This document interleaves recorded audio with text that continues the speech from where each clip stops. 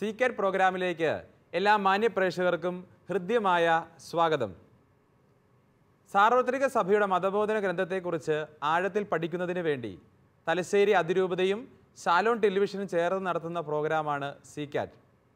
നമ്മുടെ ഈ പ്രോഗ്രാമിൽ ക്ലാസുകൾ നയിക്കുന്നതിനും നമ്മുടെ ചോദ്യങ്ങൾക്കും സംശയങ്ങൾക്കും ഉത്തരം നൽകുന്നതിനുമായി എത്തിച്ചേർന്നിരിക്കുന്നത് തലശ്ശേരി അതിരൂപതയുടെ സഹായമെത്രാനും ഷാലോൺ TV പ്രേക്ഷകർക്ക് ഏറെ സുപരിചിതനും പ്രിയങ്കരനുമായ അഭിവന്ധ്യ മാർ ജോസഫ് പാംബ്ലാനി പിതാവാണ്. പിതാവിനെ ഏറ്റവും സ്നേഹത്തോടുകൂടെ ഈ പ്രോഗ്രാമിലേക്ക് സ്വാഗതം ചെയ്യുന്നു. ഇന്ന് ക്ലാസ്സിൽ പങ്കെടുക്കാനും തങ്ങളുടെ സംശയങ്ങളും ചോദ്യങ്ങളും ഉന്നയിക്കുവാനുമായി എത്തിച്ചേർന്നിരിക്കുന്നത് തലശ്ശേരി അതിരൂപതയിലെ തോമാപുരം ഫൊറോനയിലെ പാലാവയിൽ സെൻറ് ജോൺസ് ഇടവകയിലെ മതാധ്യാപകരാണ്. അധ്യാപകരെ ഏറ്റവും സ്നേഹത്തോടുകൂടെ ഈ പ്രോഗ്രാമിലേക്ക് സ്വാഗതം ചെയ്യുന്നു. ഇന്ന് നമ്മൾ ചർച്ച ചെയ്യുന്നത് മതബോധന ഗ്രന്ഥത്തിൻ്റെ 3-ാം ഭാഗത്തിലെ 1-ാം അധ്യായത്തിലെ ധാർമ്മികത എന്ന വിഷയത്തെക്കുറിച്ചാണ്. നമുക്ക് ക്ലാസ്സിലേക്കും ചർച്ചയിലേക്കും പ്രവേശിക്കാം.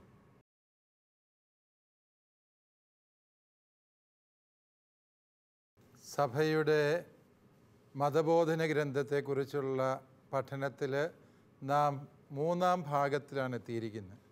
ഇന്ന് നമ്മളോടൊത്തായിരിക്കുന്നത് പാലാവയൽ സെൻറ് ജോൺസ് പള്ളിയിലെ മതാധ്യാപകരാണ് അല്ലേ? സെൻറ് ജോൺസ്, ഏത് ജോണാണ് നിങ്ങളുടെ? സ്നാപക യോഹന്നാനാണോ അപ്പസ്തോലനായ യോഹന്നാനാണോ? അപ്പസ്തോലനായ യോഹന്നാനാണ് അല്ലേ?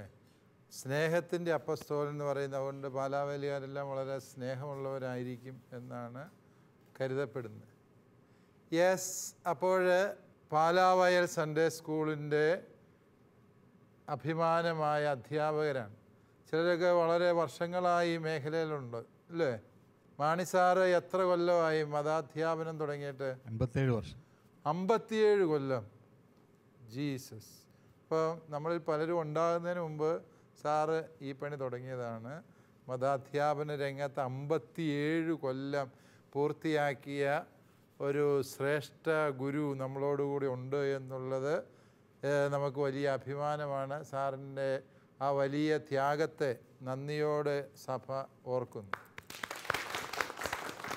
യെസ്, അപ്പോൾ നമ്മൾ ഇന്ന് പഠിക്കാൻ പോകുന്നത് ധാർമ്മികതയെക്കുറിച്ചാണ് അല്ലേ? നമ്മൾ ഓരോ പ്രവൃത്തികൾ ചെയ്യുന്നു, ആ പ്രവൃത്തി ശരിയോ തെറ്റോ എന്നെങ്ങനെ അറിയുന്നു, അല്ലെങ്കിൽ അതിൻ്റെ ശരിയും തെറ്റും വിലയിരുത്താനുള്ള മാനദണ്ഡങ്ങൾ ഏതൊക്കെ? അതാണ് ഈ ധാർമ്മികത എന്ന് പറയുമ്പോൾ നമ്മൾ പ്രത്യക്ഷത്തിൽ അർത്ഥമാക്കുന്നത്. ബൈബിളിൽ നമുക്കറിയാം, ഉൽപ്പത്തി പുസ്തകം 3-ാം അധ്യായത്തിൽ മനുഷ്യനെ പിശാച് പ്രലോഭിപ്പിക്കുന്ന എന്ത് പറഞ്ഞുകൊണ്ടാണ്?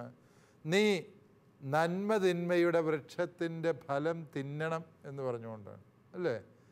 അതായത് പിശാചിൻ്റെ ആദ്യത്തെ പ്രലോഭനം തന്നെ എന്താണ്? നന്മയും തിന്മയും മനുഷ്യ നീ തീരുമാനിച്ചാൽ മതി എന്നാണ് പറയുന്നത്. നിനക്കിഷ്ടമുള്ളത് നന്മ, നിനക്കിഷ്ടമില്ലാത്ത തിന്മ, അങ്ങനെ ചിന്തിച്ചാൽ മതി. അതാണ് പിശാച് പറയുക. നിനക്ക് ആ പഴം തിന്നണോ താല്പര്യമുണ്ടോ, നീ അങ്ങ് തിന്നുക, അതിൻ്റെ ശരിയും തെറ്റുമെന്ന് നോക്കണ്ട, നിനക്കിഷ്ടമുള്ളത് നീ ചെയ്യുന്നു, അതാണ് നന്മ. നിനക്കിഷ്ടമില്ലേ, നീ ചെയ്യണ്ട, അതാണ് തിന്മ. ഇതാണ് പിശാച് ആദ്യ മാതാപിതാക്കളോട് പറഞ്ഞു കൊടുത്തത്. നന്മ തിന്മയുടെ വൃക്ഷത്തിൻ്റെ ഫലം അത് ദൈവത്തിന് സംവരണം ചെയ്തു വെക്കേണ്ട കാര്യമൊന്നുമില്ല, അത് മനുഷ്യ നീ തിന്നോളാനാവും. അപ്പോൾ ആദ്യത്തെ പ്രലോഭനം തന്നെ ഏതാണ്? ശരിയും തെറ്റും ഏത് എന്ന് മനുഷ്യൻ സ്വയമേവ തീരുമാനിച്ചോളാൻ പിശാച് പ്രലോഭിപ്പിക്കുകയാണ്. മനുഷ്യൻ സ്വയമേവ ശരിയും തെറ്റും തീരുമാനിക്കുന്നിടത്ത് ധാർമ്മികത അപകടത്തിലാകും. എനിക്ക് ഇന്ന ആളുകളെ ഇഷ്ടമല്ല, അതുകൊണ്ട് ഞാൻ അവരെ ഇല്ലായ്മ ചെയ്യുന്നു. അവരില്ലാത്തതാണ് എനിക്ക് ജീവിക്കാൻ കുറേ കൂടി എളുപ്പമെന്ന് ഞാൻ വിചാരിക്കുന്നു, അവരെ ഞാൻ ഇല്ലായ്മ ചെയ്യുന്നു. അത് അപകടകരമാണ്. അതാണ് പലപ്പോഴും തീവ്രവാദ പ്രസ്ഥാനങ്ങളിൽ സംഭവിക്കുക അല്ലേ? ധാർമ്മികത എന്ന് പറയുന്നത് ഏതൊരു വ്യക്തിയുടെയും സമൂഹത്തിൻ്റെയും സുസ്ഥിതിക്ക് അത്യാവശ്യമായ കാര്യമാണ്. പക്ഷേ ഈ ധാർമ്മികതയെ ശരിയായ അർത്ഥത്തിൽ വിലയിരുത്താനും വിശദീകരിക്കാനും വളരെ ബുദ്ധിമുട്ടാണ് താൻ. ഈ അടുത്ത കാലത്ത് പല വിഷയങ്ങളും ധാർമ്മിക വിഷയങ്ങളിൽ നൈയാമികമായ നടപടികൾ കോടതികൾ പ്രഖ്യാപിച്ചതിനാൽ ധാർമ്മികതയെ വിലയിരുത്തുക എന്ന് പറയുന്നത് വളരെ ശ്രമകരമായി തീർന്നിട്ടുണ്ട്.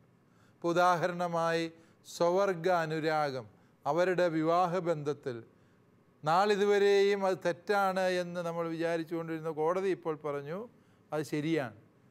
നൈയാമികമായി കോടതികൾ ശരിയെന്ന് പറയുന്നവ ധാർമ്മികമായി ശരിയല്ല പലപ്പോഴും. അതും കൂടി നമ്മൾ മനസ്സിലാക്കുക.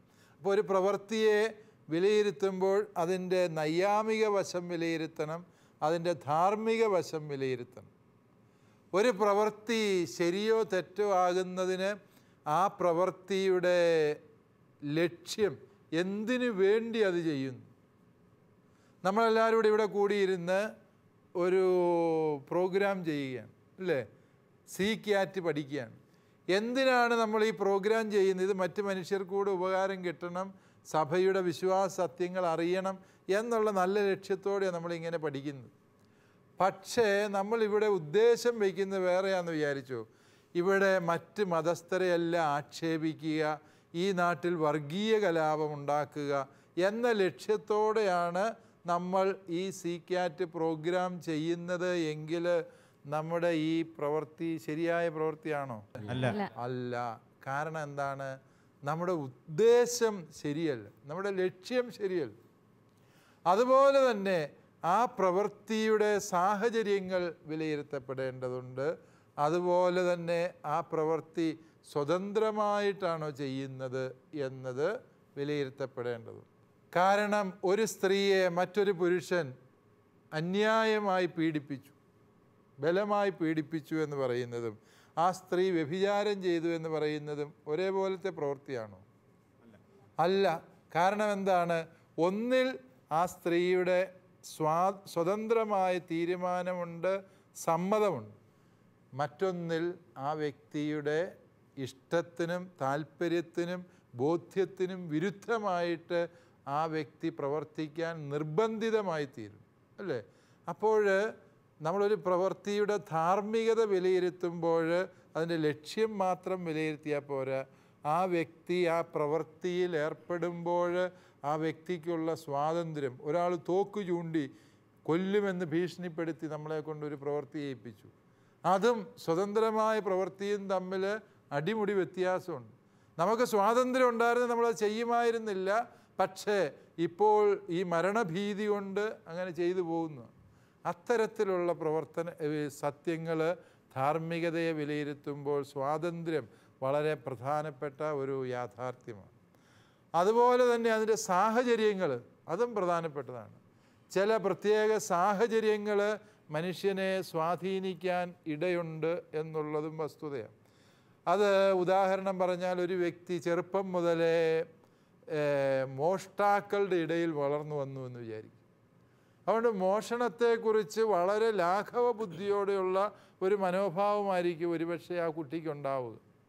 സാഹചര്യങ്ങൾ ആ വ്യക്തിയെ സ്വാധീനിക്കുന്ന വിഷയമാണ് എന്നും കൂടി നമ്മൾ തിരിച്ചറിയേണ്ടതുണ്ട്.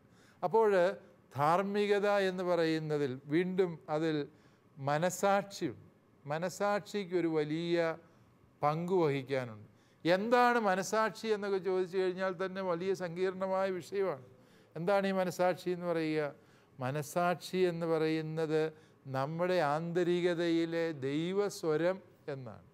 നന്മയും തിന്മയും തിരിച്ചറിയാൻ നമ്മെ സഹായിക്കുന്ന നമ്മുടെ ഉള്ളിലെ യുക്തിയുടെ ബോധതലമായും മനസാക്ഷിയെ മനസ്സിലാക്കാൻ സാധിക്കും. അതിൽ മനസാക്ഷിയിലൊരു ദൈവസ്വരമുണ്ട്. അതിൽ തീർച്ചയായും ഒരു മാനുഷികമായ വശവും അടങ്ങിയിട്ടുണ്ട് എന്നത് നാം മനസ്സിലാക്കണം. ഈ മനസാക്ഷി എന്ന് പറയുമ്പോഴും വലിയ പ്രശ്നമാണ്. എന്താണെന്ന് ചോദിച്ചു കഴിഞ്ഞാൽ എൻ്റെ മനസാക്ഷി അനുസരിച്ചാണ് ഞാനിത് ചെയ്യുന്നതെന്നും പറഞ്ഞാണ് തീവ്രവാദികൾ പലരെയും കൊന്നൊടുക്കുന്നത്. അവരുടെ മനസാക്ഷി അനുസരിച്ച് അവർ ചെയ്യുന്നത് ശരിയാണ്. പക്ഷേ അപ്പോൾ മനസാക്ഷി അനുസരിച്ച് പ്രവർത്തിച്ചു എന്ന് പറയുമ്പോൾ പോലും നമ്മൾ മനസ്സിലാക്കുക, മനസാക്ഷിയെ നിർണയിക്കുന്ന, മനസാക്ഷിയുടെ ധാർമ്മികതയെ നിർണയിക്കുന്ന ചില അടിസ്ഥാന വസ്തുതകളുണ്ട്. അവയെക്കുറിച്ചെല്ലാം നമ്മൾ വിശദമായി ഈ ചർച്ചകളിൽ വിശദമാക്കുന്നതാണ്. തീർച്ചയായും ആ മേഖലകളിലെല്ലാം നിങ്ങൾ ഒരുങ്ങി പഠിച്ച് ചർച്ചകൾക്ക് സജ്ജമായിട്ടാണ് വന്നിരിക്കുന്നത് എന്നെനിക്കറിയാം. അതുകൊണ്ട് നിങ്ങൾക്ക് ചർച്ചകൾക്കായി ഒരുങ്ങാം. അതിനുശേഷം വിശദാംശങ്ങളിലേക്ക് നമുക്ക് പ്രവേശിക്കാം.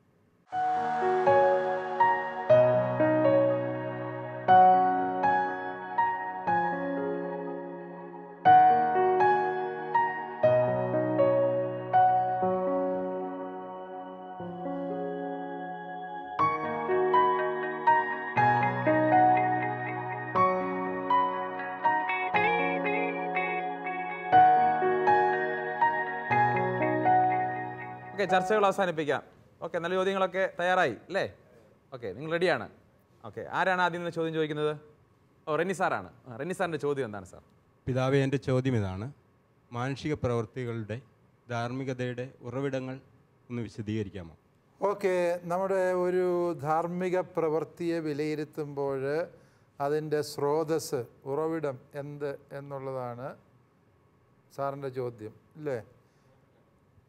തീർച്ചയായും അത് നമ്മുടെ മതബോധന ഗ്രന്ഥത്തിലെ വിവർത്തനത്തിൽ ഉപയോഗിക്കുന്ന ചില കഠിന പദങ്ങൾ കൊണ്ടാണ് അത് വളരെ ബുദ്ധിമുട്ടായിട്ട് തോന്നുക. ഇവിടെ നമ്മൾ മനസ്സിലാക്കുക, ഒരു കാര്യം ധാർമ്മികമായ വിലയിരുത്തലിന് വിധേയമാക്കുമ്പോൾ ശ്രദ്ധിക്കേണ്ട കാര്യങ്ങൾ എന്തൊക്കെ എന്നാണ് ഉദ്ദേശിക്കുക. അതായത് ആ പ്രവൃത്തിയെ വിലയിരുത്തണം.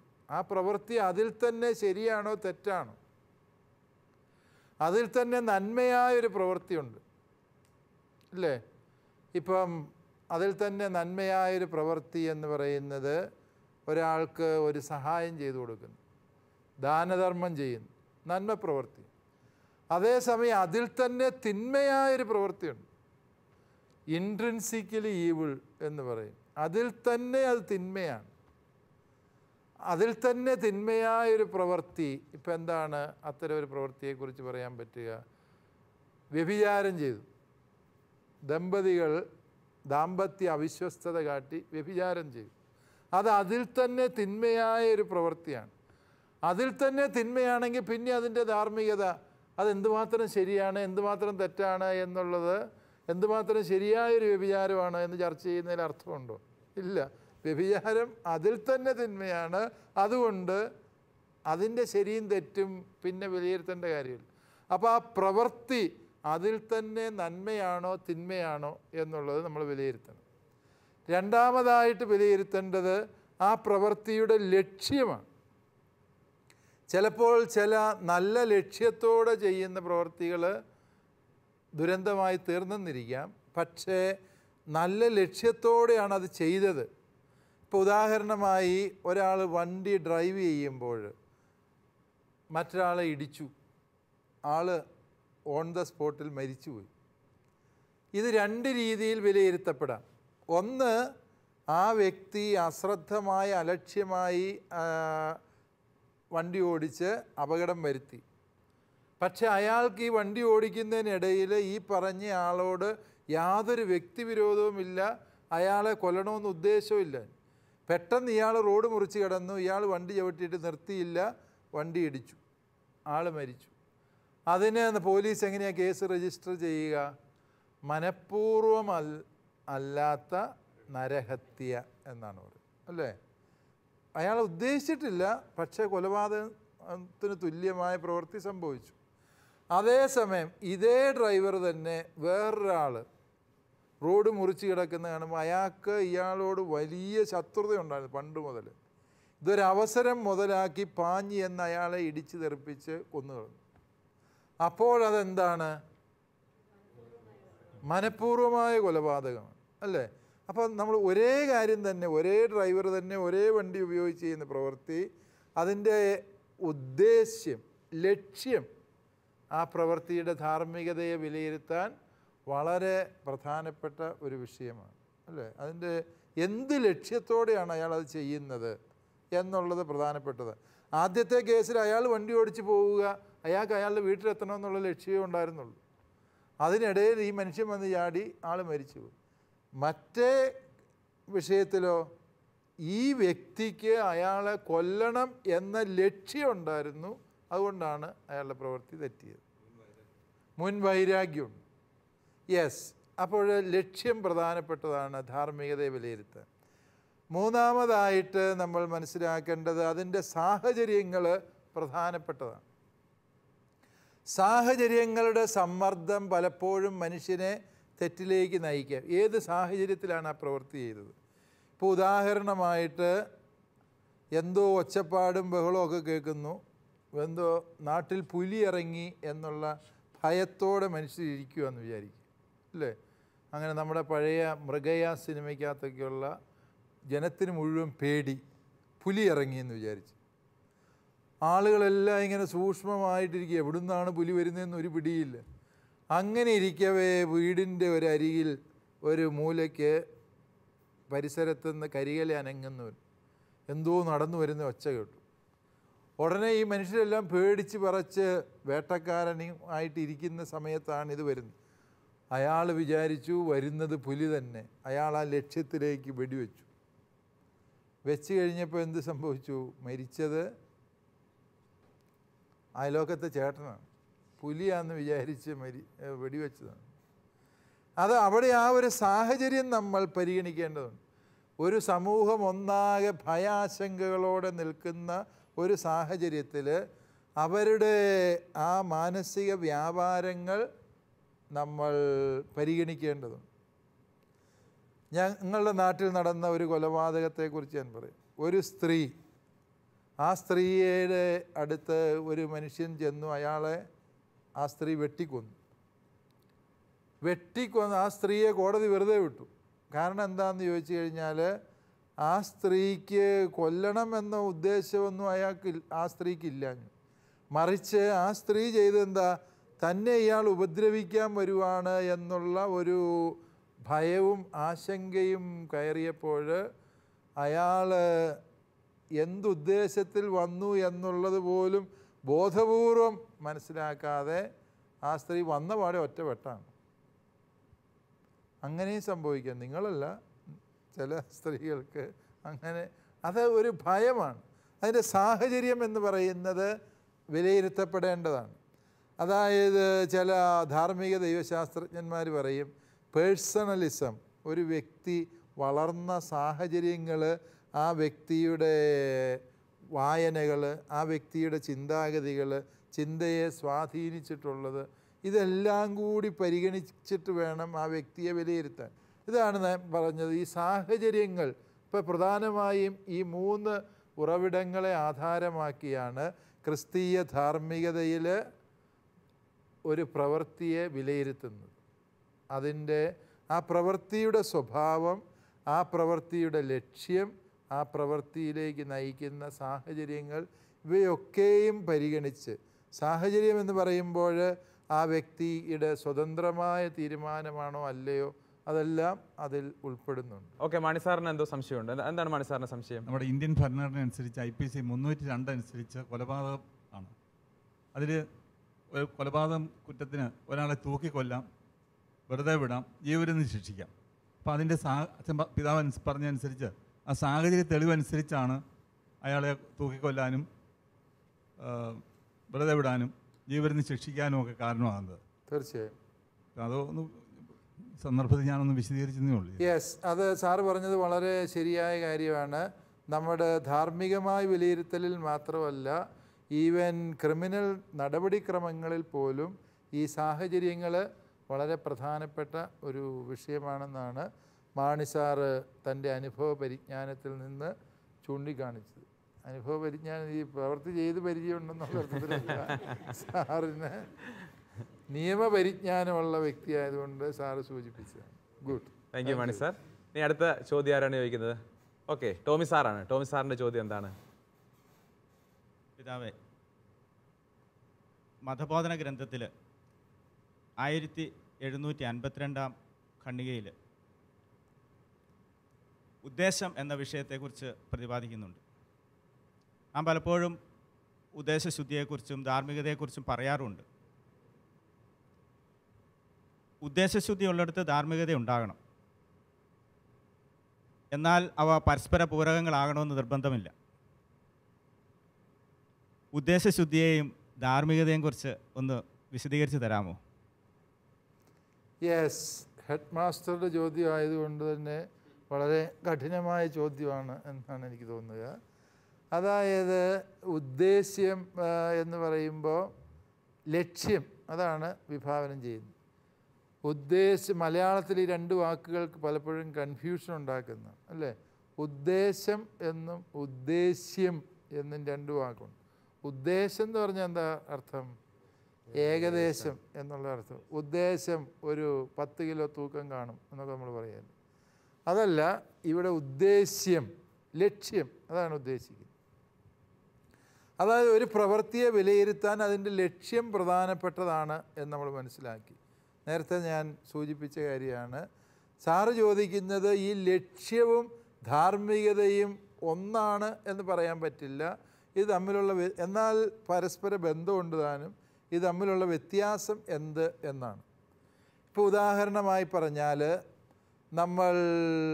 ഞാൻ ഒരു മാങ്ങ കണ്ടു.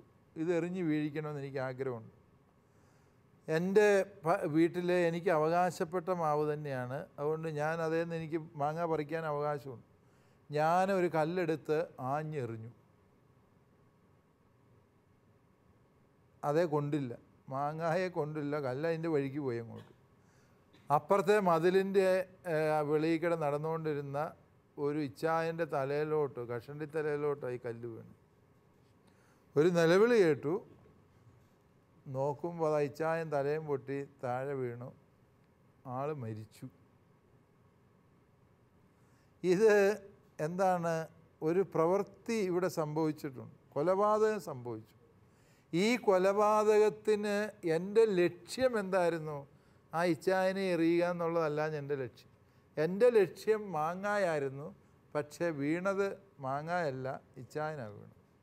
ഇതാണ് പ്രശ്നം. ഈ ഒരു പ്രശ്നത്തെ നമ്മൾ വിലയിരുത്തുമ്പോൾ നമുക്ക് മനസ്സിലാകും, ലക്ഷ്യം മാങ്ങ പറിക്കുക എന്നുള്ളതായിരുന്നു എന്നുള്ളത് കൊണ്ട് കൊലപാതകം എന്ന തിന്മയുടെ ലക്ഷ്യം എനിക്കുണ്ടായിരുന്നില്ല. അതുകൊണ്ട് ലക്ഷ്യം ഇവിടെ വ്യത്യസ്തമായിരുന്നു എന്ന് തിരിച്ചറിയാം.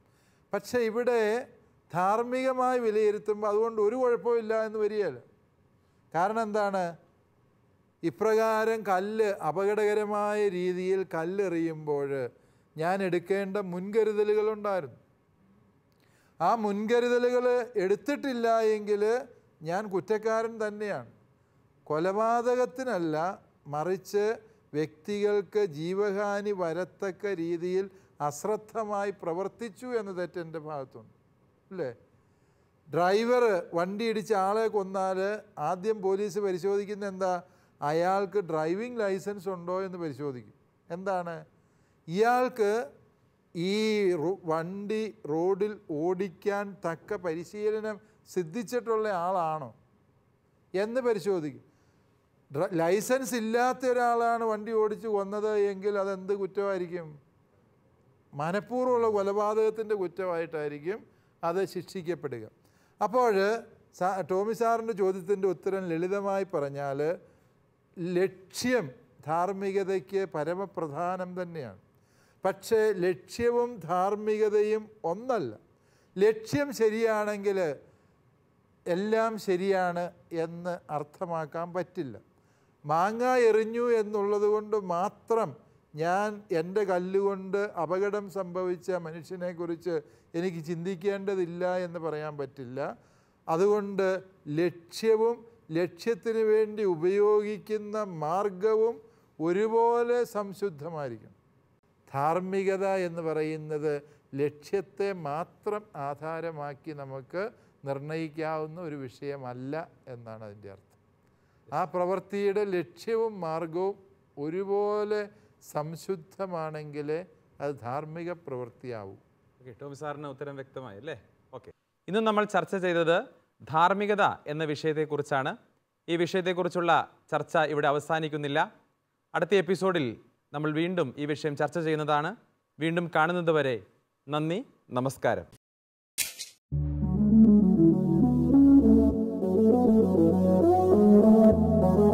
CCAT പ്രോഗ്രാമിന്റെ മുൻ എപ്പിസോഡുകൾ കാണുവാൻ ലോഗോൺ ചെയ്യൂ www.shalomtv.tv/ccat.